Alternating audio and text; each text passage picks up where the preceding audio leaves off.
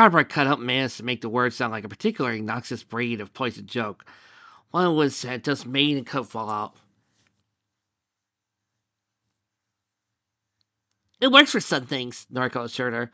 Well, simply because popular actors no longer produce. An author catching on about 3 books after their career, with the first 2 being small print runs. Part of why First Edition Dairy Do collection is so hard to put together. For clothing, if your dresses become vintage rarity, it could happen. Cardboard cutout pointed out. This is the place. Applebot, tone too placid. Miracles limited. She just looked up past the sign, examined the upper edge of the main window. And some pony just had a unicorn colt. The feed. Why does she continue to increase the unicorn population? Twilight glanced in the direction. Sure enough, carpet gruntings. I wonder. The little bell set over the door, clanged as she opened it. Also, a small light came on from the main counter. A soft whistle permeated the air, and a quiet voice whispered, "Customer, unicorn, female," somewhere towards the back. And all those casual effects. Installing anything more major was considered to be too risky. Do you guys want to know about thermatology shops? I don't want to know about thermatology shops.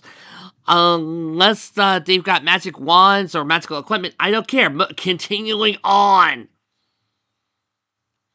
Seriously, half of the story would be cut in half if we just let the characters do some exposition! My apologies. You're my first customer today, and I was just checking some new inventory. Hello. I'm sure you can help me. I just need a few things. Oh, like what? Oh, some magical tracking devices, some locator spells. You see, we've got this unicorn. Her name is Chi. Chi?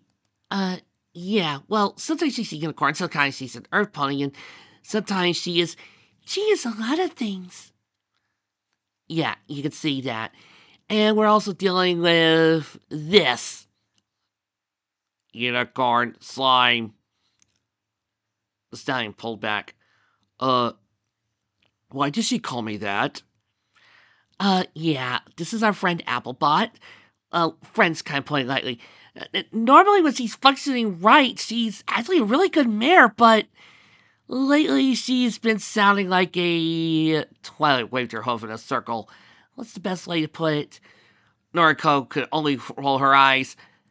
She's basically being a fascist that's making Dr. Emil Kudos look like a sane stallion.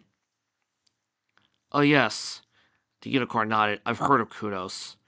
Earth pony fascist, believed in only the supremacy of earth ponies, did horrifying experiments I don't even want to think about. Do you know him? The unicorn could only sigh and nod slightly. Yes. My foal was the one he held. All the mares in the room could only gasp. I was just glad I was able to get him away in time. I thought he was my friend, but Kudos is just a mad stallion. That's all he is. I know. I don't even know why Celestia hired him. When I asked her, the princess said he was just really good at hiding his crimes and his sins. So, I'm trying to find the best way to help out my friend here. But the stallion could only scratch his head. Why would you need a locator spell? Twilight could only sigh. Well, all the ones I've tried on Chi have been failing. Chi. And when I've tried it on Applebot, well, Twilight looked over and let her horn glow. As it touched Applebot's forehead, Applebot began to spark, and then, as if on a reflex action, raised her left hoof and punched Twilight through the wall and outside. Twilight could only shake her head as he came back out, stepped over the hole. Yeah, she does that. It's like this is our defense mechanism. We don't even know where it came from. Does Legend know? I mean, according to the show, Pinky and he made it. Yeah, look, I'm just a bookstore owner, guys, and just the one reading the story. I got no idea where she came from. Pinky? Well, I did make her based off of some of Pinky Bot's tech, but some of the parts I grabbed, came from an unknown box. That, unfortunately, coming into Cake Twins decided to play Mozzier with. And it broke. I've been trying to ask her around and around Ponyville. Twilight could only nod. Let's see, Lightning Blitz didn't know. The Firebrands were too busy, and not even going to get into Jasper Pie's house. And of course, Scribbler was busy, so only place we could find was here. And it was either that or talk to Professor Epstein and Michael Jackson again. And I kind of really don't want to get there. Too creepy. Twilight shook her head. The stallion nodded and went back into his room before pulling out another large book of locator spells and different types of magic tech. He gave Twilight the scroll. This is a very old locator spell. It's enchanted to bypass any defenses, and it's one that's been known to locate what a person is thinking of. It's similar to a find object spell, but all it could do is form a little bead. Maybe it might be able to lead you guys to where both she came from and the parts for the Applebot here. But I can't guarantee it'll work completely. Well, thank you, sir. Alright, everyone, let's go. Twilight then paused. Where's Emo Pinky? Elsewhere, in a karaoke bar not too far away, Emo Pinky sat alone near a microphone. I'm so tired of being here, suppressed by my old childish fears. And if you have to leave, I wish you would just leave. I kick down the door of the bar and go, nope! We're not using that in the story. I said no, my immortal, and I mean no, my immortal. That goes for the song, too. Yoink! Sorry, folks. I grab Emo Pinky, I pull her out with the bar, and we all proceed to get back to the story. As they all stepped outside the bar, Twilight looked at the locator spell scroll. Okay, this should be able to make this very easy, and probably help us skip to the end of the fic. I just need to be very, very careful. Rainbow Dash looked down. Or what? Twilight shrugged. Well, it says this is a one-time spell scroll. If I use it and am interrupted in the middle of casting it, it will vaporize instantaneously. Ah, got you. So keep quiet. Got it, Rainbow Dash said, allowing everybody else to move away farther.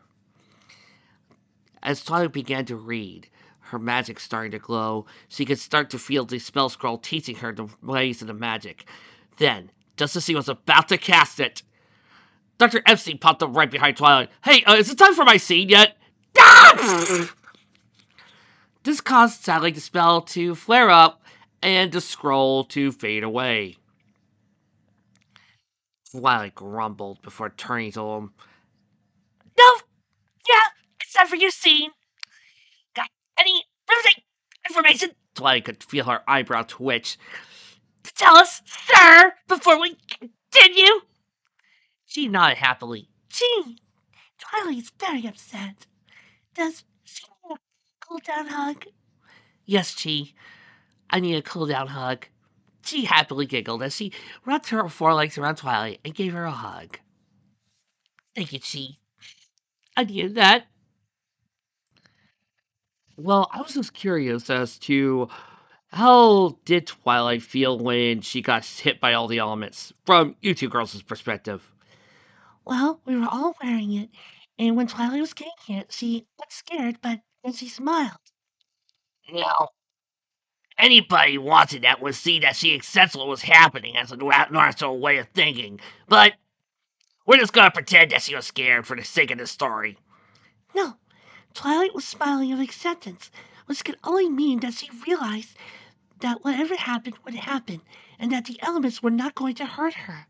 She must have realized that friendship was able to help her through whatever was going to happen. Yeah, that would make sense.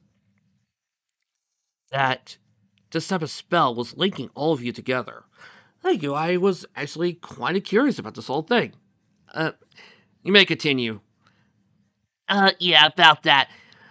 Just when we had the perfect way to get to the end of this fic, just when we had to say to solve every single problem, you came along. Oh, yeah. Twilight seems to be a little upset. Shut up, fastest butt! Twilight continued her rant.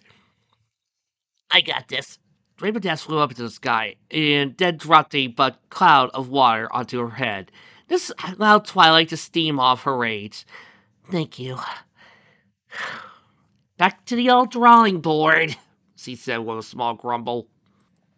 Okay, so let's go back to the castle. Let's try to figure out where the rest of the plot goes from there. Agree, Applebot nodded. You don't get to talk, Twilight said, shaking her head at Applebot. Then flares started floating in. So, Twilight, do we have the script? Legend Breaker, you got the script, right? I nodded and lowered myself down. Yeah, I do. Okay, let's see. More quiet stuff with some random ass pony we don't care about. Uh, oh, here's you and Rarity talking and talking and. Oh, God, no. Oh, no, no, no, no, no, no, no, no, no, no, no. What? Yeah, what? What? What? What? Hmm. Twilight. Yeah. You know how Quiet's supposed to be married? Yeah. You barely are starting to form a. I can't even bear to say it. What? Starting to form a what? Oh my god. Uh, uh, no! Just. No! Rainbow Jazz rolled her eyes before grumbling. Okay, stop leaving us in the dark, you two. What is Twilight doing with Quiet That's so. The fanfic is having Twilight fall head over heels for this guy! A married stallion! Oh, fuck me! No! Just. No! No!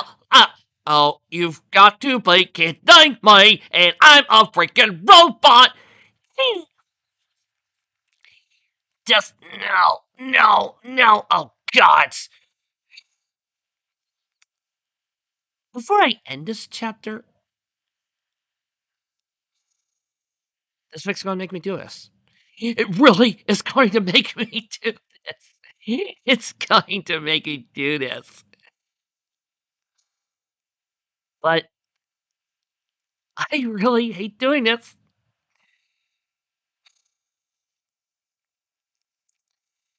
Even Myken did his romance with an OC better than this fic.